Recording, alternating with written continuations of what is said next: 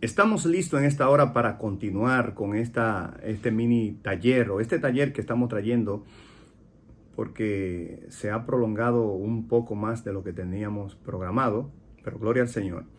Bendecimos a cada persona que siempre está dándole seguimiento a nuestra transmisión, el contenido que estamos siempre subiendo a nuestro canal de YouTube.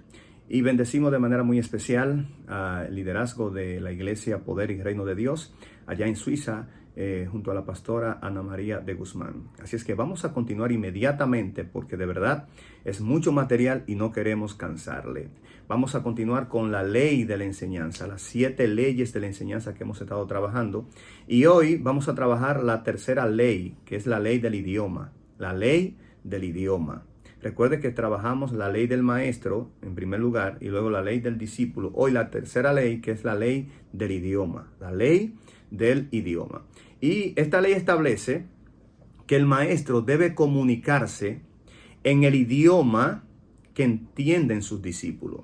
El maestro debe comunicarse, en otra palabra, el lenguaje usado debe ser común entre el maestro y el alumno. O sea, hoy en día, usted lo sabe, hay personas que cuando estudian una lengua, entonces comienzan a hablar en esa lengua a sus estudiantes o a sus destinatarios. Entonces, usted no va a ser efectivo. O sea, cuando yo me paro en un púlpito y lo digo porque veo eso muy a menudo y comienzo a hablar Baruch Hashem, Shalom, Ruach HaKodesh. Óigame, hay gente que no te están entendiendo. No están entendiendo lo que usted le está transmitiendo. Entonces muchas veces por impactar, por impresionar, utilizamos términos que los estudiantes, que los receptores, los destinatarios no lo manejan. Entonces, en el momento de transmitir un mensaje, una enseñanza, el lenguaje usado debe ser común en el maestro y en el discípulo. No trate de impresionar a nadie, no trate de impresionar. Entonces, esa es la importancia, y esta ley establece la importancia de la comunicación. La importancia de la comunicación, que es tan grande que es imposible enfatizarlo. Es imposible no enfatizarlo. Primero, los alumnos tienen que atender lo que el maestro está enseñando. El alumno tiene que atender lo que el maestro está enseñando. Pero si usted le está hablando en un idioma que ellos no entienden, imagínese usted. Tenemos problemas hoy en día para la gente aplicar, recibir el conocimiento en el idioma que entienden, en el idioma de ellos, mucho más cuando usted le está hablando en otro idioma o con palabras y términos que ellos no entienden. Imagínese usted. Imagínese usted. Entonces, la ley, repito, del idioma establece que usted debe enseñar, predicar en el idioma que sus receptores, destinatarios, lo pueden entender. Por eso muchas veces cuando se tiene una asamblea, un público delante que no entiende el lenguaje del predicador o el maestro, predicador, predicadora, se le busca un traductor. Es para que el mensaje llegue. Entonces muchas veces nosotros queremos comenzar a impresionar hablando en otra lengua, en lengua que las personas que tenemos al frente y que vamos a ministrar no nos entienden. La cuarta ley, estamos resumiendo, la cuarta ley es la ley de la lección. La ley de la lección. La información nueva ha de ser aprendido por medio de la información conocida. La información nueva, usted debe plantearla, enseñarla, pero partiendo de una información conocida. Es decir, usted no puede entrarle a los estudiantes con algo inmediatamente que es nuevo. No, usted tiene que comenzar con algo que ellos puedan entender. Esta ley establece que debe ir de lo desconocido, o lo desconocido debe ser explicado por lo conocido. Lo desconocido debe ser explicado por lo conocido. Todo aprendizaje se basa en el conocimiento previo. Por eso es que cada lección debe relacionarse con algo ya conocido por el alumno. Por eso Yeshua, repito, cuando estaba en el campo, le hablaba a los campesinos con algo que ellos ya conocían. Es decir, usted debe partir a enseñar con algo que ya la gente conoce. Por eso es que hay personas, mire, en una ocasión recuerdo que alguien hizo una historia de un pastor que fueron a instalar a un lugar. Y el pastor, el primer día de su presentación, el primer mensaje que va a predicar, él dice: mis amados y amadas, hoy vengo con homilética, con hermenéutica, con exégesis, con apologética y todo lo que termine en ética.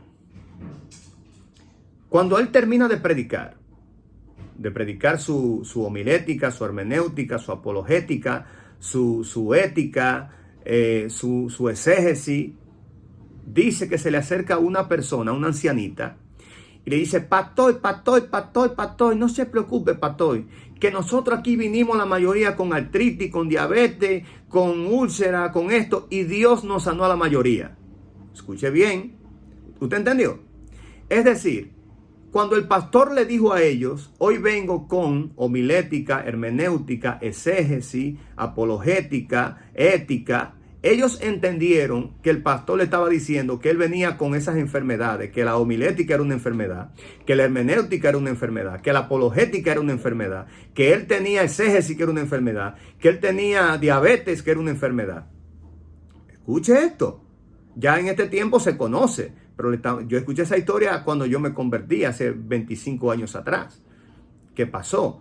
Entonces, cuando usted viene con homilética, hermenéutica, exégesis, apologética, ellos entendieron que todas esas cosas eran enfermedades. Por eso una viejita se le acerca y dice: pastor, no se preocupe, que nosotros vinimos aquí, algunos con diabetes, con artritis, con esto, y Dios nos sanó. Es decir, Dios lo va a sanar a usted de la homilética, Dios lo va a sanar a usted de la hermenéutica, Dios lo va a sanar a usted de la apologética, de la exégesis, etc. ¿Está entendiendo? ¿Por qué? Porque usted debe empezar una enseñanza nueva por algo que los estudiantes ya manejen, ya conozcan. Debe ir subiendo lentamente de nivel.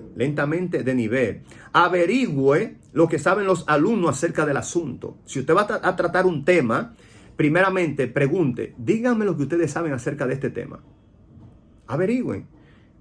Haga una medición del conocimiento que ellos manejan acerca de ese tema. Entonces, ese debe ser el punto de partida, pero no inmediatamente entrarle de manera ruda, cruda a lo nuevo. No, vaya de lo conocido a lo desconocido. Entonces, es importante entender esto. La quinta ley tiene que ver con la ley del proceso. Estamos resumiendo la enseñanza porque queremos ir, por lo menos si no finalizamos hoy, ya finalizar en la próxima entrega con esta primera etapa, porque luego vamos a entrar a lo que es el mini taller acerca de eSword, cómo usar la plataforma de eSword. Entonces, la quinta ley de las 7 leyes de enseñanza es la ley del proceso de la enseñanza, que tiene que ver con estimular a las actividades al alumno, a diferentes actividades como lo veíamos en las clases anteriores, actividades como debates, actividades como mesa redonda, etcétera. Entonces el maestro o el papel principal del maestro es estimular. El papel principal del maestro es estimular. El papel principal del alumno es investigar. El maestro estimula, el discípulo investiga. Usted estimula a sus estudiantes ¿a qué? A que investigue. Siempre déjele un espacio para la curiosidad de sus estudiantes. El papel principal del maestro es motivar, motívelo. Y el papel principal del alumno es descubrir, motívelo, investíguelo por usted mismo. Que él descubra, que él pueda responderse sus propias interrogantes. El papel principal del maestro es dirigir y animar. Y el papel principal del discípulo es actuar. Entonces, esta ley establece que usted debe estimular la mente del alumno a la acción, poniéndolo a trabajar. Por eso, vuelvo y repito, aprendemos a caminar caminando. Aprendemos a caminar caminando. Aprendemos a conducir una bicicleta por la práctica. Así como nadando aprendemos a nadar, hay que hacerlo. Ponga a practicar. Ponga en actividad a sus discípulos. No sea un monólogo, no se pare allí a dar una enseñanza simplemente y los estudiantes o los receptores o la iglesia simplemente a escuchar. dinamice sus enseñanzas y usted va a ver que va a crecer no solamente en estatura o en conocimiento, sino también en cuanto a la cantidad numérica que asiste a las enseñanzas, porque si se dan dinámica e interactiva, eso realmente va a producir un cambio sumamente poderoso. Haga que sus alumnos piensen por sí mismos. Haga que sus alumnos piensen, que analicen por sí mismos. Enséñele a usar preguntas como ¿qué? Es decir, ¿qué? ¿Por qué? ¿Cómo? ¿Dónde? ¿Cuándo? Que tengan la actitud de ser un descubridor, una descubridora, un investigador curioso, una investigadora curiosa. Aún para dinamizar los temas, los mensajes, los estudios, esto es algo sumamente poderoso. ¿Qué? Es decir, las preguntas interrogativas. Y la sexta ley del proceso de aprendizaje, trate que el alumno reproduzca en su mente la lección de lo aprendido, que reproduzca en su mente. Por eso es que usted se da cuenta que Dios mandaba en la antigüedad a repetirle 4 veces una enseñanza a los hijos, 4 veces. ¿Para qué? Para que luego ellos pudieran reproducirla de la mente, de memoria. Por eso es que un niño judío, se dice que ya a la edad de 6 años se sabe el Pentateuco de memoria. Porque es tanto que se lo repiten, que se le va quedando aquí. Entonces, ese debe ser nuestro objetivo. Trate de que el alumno reproduzca de memoria la lección. Trate de que el alumno reproduzca de memoria la lección. Una forma muy interesante de usted, cuando usted quiere que algo marque sus estudiantes, es tomar un objeto. Por ejemplo, se dice que una forma de enseñanza de un sabio era que tomaba, por ejemplo, una oliva, una de ellas, es decir, una de las formas era, tomaba una oliva y le decía, por ejemplo, a su discípulo, esta es una frase que yo la he hecho mía, le decía a su discípulo, por ejemplo, ponga aquí su corazón, ponga aquí su atención, y lanzaba hacia arriba la oliva, La intención del maestro era que los estudiantes recordaran esa enseñanza con la acción que él hizo lanzando la oliva hacia arriba. Cuando los estudiantes estuvieran conversando, ¿tú te recuerdas la enseñanza que dio el maestro cuando lanzó la oliva? Entonces, sí, fue esto. Pero ¿por qué se están recordando? Por la oliva. ¿Por qué? Porque ya ellos saben que cuando el maestro hacía un gesto o hacía una hazaña y decía, pongan aquí su corazón o presten atención aquí por favor,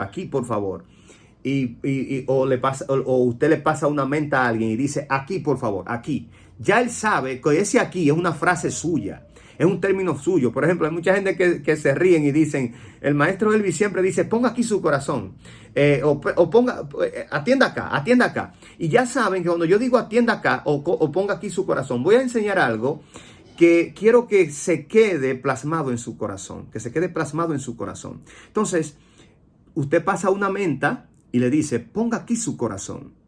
Usted pasa un caramelo, ponga aquí su corazón. Usted le regala un lapicero, ponga aquí su corazón. Cuando ellos estén reunidos, ¿cuál fue la enseñanza que el maestro nos enseñó cuando le pasó el lapicero a fulanito? ¿Se da cuenta? Entonces es una forma de dinamizar y de marcar algo, una enseñanza en el corazón de los estudiantes. Entonces, esa es la sexta ley de lo que es el proceso de aprendizaje. Tratar de que el estudiante pueda reproducir en su mente la lección de lo que ha aprendido. Y la última, es decir, la séptima ley es la ley del repaso y la explicación. Repaso. Retroalimentación. Es decir, haga siempre una retroalimentación, un repaso.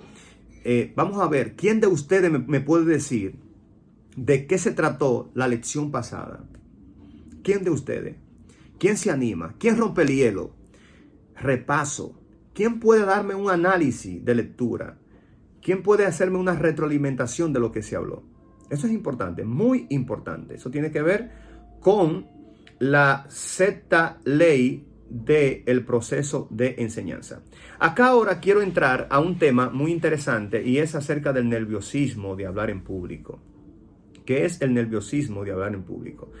El nerviosismo de presentarse en público, una tensión nerviosa, ¿verdad? Que se experimenta muchas veces y que muchas personas yo no voy a decir que uno no se pone nervioso, sí, todavía. De hecho, cuando yo me asusto cuando no me pongo nervioso, porque estoy confiando mucho en mí mismo, pero siempre hay un nervio que es un nervio ya común, un nerviosismo común, un temor común, que pasa y muchas veces es para que uno aprenda, ¿verdad?, a depender de lo que Dios va a hacer en el momento. Pero hay un nerviosismo que es peligroso, que te paraliza, que te estanca, se te hace que se te olviden las ideas, las cosas. Entonces, eso es algo muy, muy fuerte, porque hay personas que le tienen fobia, como subieron una primera vez al púlpito a enseñar algo, a predicar, y se le olvidó todo. Ellos dicen, para mí esa predicación fue un desastre, yo no sé, y se frustraron.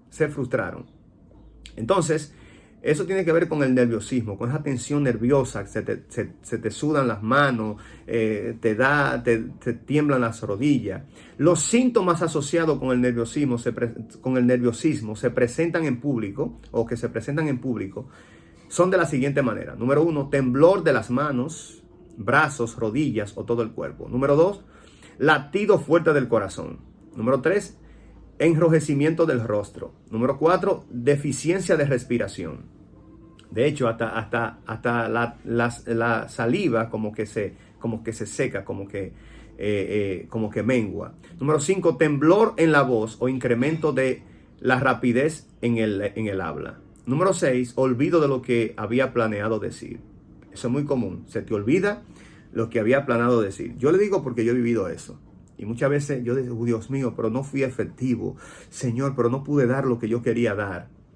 Sí, eso pasa cuando el nerviosismo ya de una manera fuerte toma nuestra vida. Número 2, ¿por qué una persona experimenta el nerviosismo de presentarse en público? ¿Por qué? ¿Por qué sentirnos nerviosos para presentarnos delante de un público?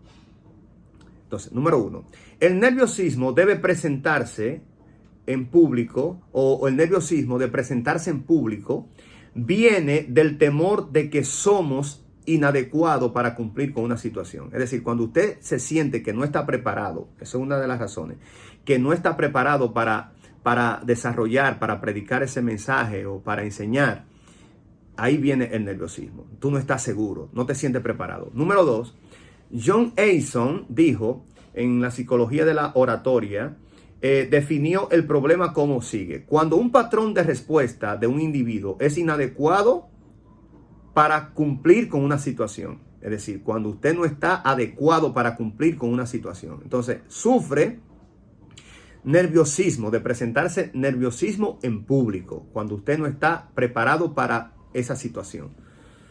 Número 3, lo esencial del asunto es que el nerviosismo de presentarse en público es producto del temor. Usualmente el elemento principal de este temor es un deseo instintivo por la aprobación de los demás. Es decir, ¿qué van a decir los demás? ¿Le ha pasado que usted dice, cómo va a recibir las personas lo que voy a enseñar? Y muchas veces si hay una persona al frente que nosotros consideramos que es nuestro líder o que está por encima de nosotros, ahí sí es fuerte, Número 4, alguien dijo, una falta de preparación lleva a la transpiración, al sudor. Sudor. Una falta de preparación lleva a la transpiración. Es decir, una falta de preparación lleva a que usted entre en nerviosismo. Una falta de preparación lleva a la transpiración. Entonces, número 5, somos temerosos del fracaso, temerosos de que los demás se reirán, de que los demás se reirán de nosotros, temeroso de hacer un espectáculo y temeroso de no hacer lo mejor de nosotros o no dar lo mejor de nosotros. Ya veces tenemos temor en eso. Vamos a dejarlo hasta ahí. Vamos a ver algunos pasos sencillos y efectivos que pueden ayudar a remover el temor asociado con el hablar en público. Ese temor con hablar en público. Número 1, esté correctamente preparado por medio de una planeación cuidadosa. Estar preparado, prepárese bien antes de llegar al escenario. Número 2, repase bien su material. Léalo en voz alta, frente al espejo, como usted desee, pero repáselo bien, léalo en voz alta. Número 3, seleccione un tema interesante. No seleccione un tema que usted no esté preparado a manejar. Eso es otra cosa. Número 4, conozca a fondo el tema detenidamente. Conózcalo bien a fondo. Siéntase seguro del tema, que usted lo maneje bien. Número 5, tenga su sermón bien organizado. Hay gente, señores, que no le gustan usar bosquejo. Y yo no sé si usted ha visto personas que están hablando de una cosa, están hablando de una cosa, de un punto, y le llega un testimonio, una revelación o algo en el momento, y cuando terminan esa revelación, no vuelven al punto donde quedaron. ¿Por qué? Porque no tienen nada anotado. Si tuvieran algo anotado, el tercer punto, estoy hablando acerca, por ejemplo, acerca de la efectividad de la adoración. Y en ese momento me llegó un rema, una palabra para la ocasión. Y si no tengo nada anotado, entonces voy a comenzar a seguir hablando o entrar en un tema acerca de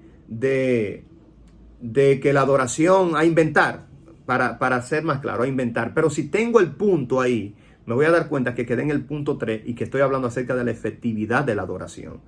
Por eso, trate de hacer su bosquejo. Porque eso le va a dar organización y le va a dar que usted presente su tema de manera sistemática, de manera organizada, Entonces, número 5, tenga su sermón bien organizado. 6, piense en lo que está haciendo. Su tema, su audiencia, no en usted mismo. Piense en lo que está haciendo en el momento. Enfóquese en eso. Enfóquese en lo que usted está haciendo en el momento. Enfóquese en eso. De el todo por el todo, como decimos. Pero enfóquese. No esté pensando en otra cosa. En si me están recibiendo, en si me están entendiendo, qué van a pensar. No, enfóquese en hacerlo bien. Número 7, use acciones físicas, gesto mientras habla. Esto puede ayudar a aliviar la tensión nerviosa. Trate de, antes de usted comenzar a predicar, yo tengo un amigo mío y yo mismo que dicen que es la llave, el código para poder ministrar. Y muchas veces yo, cuando estoy un poco nervioso, comienzo: hermano, levante la mano, dé gloria a Dios, levante la mano, exalte. Y me entregaron el micrófono, estoy nervioso, y mandando a levantar la mano, exalte el nombre del Señor, bendiga el nombre de Dios, bendígalo, exáltele. Pero no puedo comenzar a predicar inmediatamente porque tengo cierto nivel de nervio. Y si comienzo a predicar de una vez, no voy a ser efectivo. Entonces, cuando comienzo, que mando a la gente a alabar, a glorificar a Dios, voy entrando en confianza. Los nervios van desapareciendo. Entonces ya me estoy, ¿verdad?, armonizando con el ambiente y con las personas. Y ahí puedo entrar a ministrar y a dar mi enseñanza. Entonces, hay personas que tienen que descubrir y buscar técnica para ir flojando, ¿verdad?, ese nerviosismo, irlo flojando e irlo soltando lentamente, paulatinamente. Entonces, eso es algo muy, pero muy interesante. Hable o sirva en toda oportunidad. Número 10, mantenga la calma. El estrés y la ansiedad pueden ser muy, muy dañinos o pueden hacer un desastre en el momento de usted ministrar. Entonces, mantenga la calma, sea sereno. Número 11, tenga confianza en usted mismo. Usted es el hombre de la unción en ese momento, la mujer de la unción en ese momento, a quien Dios va a utilizar como instrumento para bendecir ese pueblo, para bendecir esa comunidad. Número 12, recuerde que la congregación está ansiosa de ver que usted tenga buen éxito. Entonces, ellos son compasivos con sus problemas. Entonces, recuerde que la congregación está ansiosa de que usted tenga éxito, buen éxito en lo que usted va a transmitirle. Acá hay dos cosas que quiero hablar antes de terminar. Se conoce como los 2 obstáculos en una predicación o una enseñanza. El primero tiene que ver con que el emisor o el exponente esté tratado por Dios. Es decir, él tenga una relación íntima con Dios y lo que tú vas a transmitir tú sabes que es vida de Dios. Pero es posible que los receptores, que la iglesia, que quienes te están escuchando estén bloqueados, tengan un bloqueo espiritual. Y tú dices, wow, pero yo estoy fluyendo, pero la iglesia como que no recibe. Ese es un obstáculo en ese momento de la enseñanza, porque tú estás transmitiendo vida, pero el bloqueo que tiene la gente no le permite recibir la vida. Por eso es que usted tiene que saber en qué tiempo va a llevar una revelación, una verdad, porque no en todo tiempo se puede llevar una revelación, una verdad. Usted puede estar fluyendo, pero la iglesia está bloqueada y no está recibiendo lo que usted está transmitiendo. Puede ser lo inverso, que la iglesia esté ansiosa, deseando recibir, preparada para recibir, pero que el bloqueo esté en el predicador, en el exponente, y el predicador no arranca, no termina de arrancar. Eso ha pasado. Y la iglesia está esperando que el predicador suelte, que fluya, pero usted tiene un bloqueo en su mente, un bloqueo mental. Por eso usted tiene que orar siempre por esos dos tipos de bloqueo, que bloqueo en la audiencia o bloqueo en usted mismo. Y algo también bastante interesante es no ser prejuicioso en el momento de enseñar, no crear prejuicio. Por ejemplo, miren esto. Acá está. Una de las enseñanzas que más me ha ministrado fue esa. Cuando yo recibí esa parte, eso me ha enseñado muchísimo. Por ejemplo, yo puedo estar enseñando y alguien puede tener su celular en la mano. Y puede estar así, con su celular en la mano. ¿Qué sucede? Que el prejuicio deliberado puede darme a entender a mí dos cosas, o varias cosas, pero dos de ellas. Que esa persona me está descalificando, que no está prestando atención al mensaje que estoy transmitiendo, a la enseñanza que estoy transmitiendo. Me está descalificando. ¿Y qué está haciendo? Está chateando, o está conversando, o está en las redes sociales. Eso es lo que puede pasar por mi mente. Prejuicio deliberado. Cuando usted se libera del prejuicio deliberado, que usted rompe con eso, y usted entonces piensa de manera más positiva, usted piensa, si usted lo ve, lo llama la atención, piensa, yo estoy enseñando, pero él está tomando nota de lo que yo estoy enseñando. Él está tomando apuntes de lo que yo estoy enseñando. ¿Por qué lo digo? Porque a mí me ha pasado. Yo he estado en lugares, de hecho, yo siempre lo hago. Cuando alguien está enseñando algo, que lo que está enseñando me impacta, yo agarro una mascota o agarro el celular y lo anoto. Si quien está enseñando tiene prejuicio deliberado, va a pensar que yo o lo estoy descalificando, o estoy chateando, o estoy en las redes sociales. Entonces, trate de manejar, de soltar, de liberarse del prejuicio deliberado. Cuando usted enseñe, no piense que todo el mundo, aunque lo esté haciendo, pero no lo piense de que todo el mundo está, si tiene celular o si tiene una mascota escribiendo, cuando viene a ver está tomando apuntes importantes de lo que usted está diciendo. En la próxima entrega ya sí finalizamos con este taller acerca de didáctica general y cristiana. Paz y bendiciones y nos encontramos en la próxima entrega.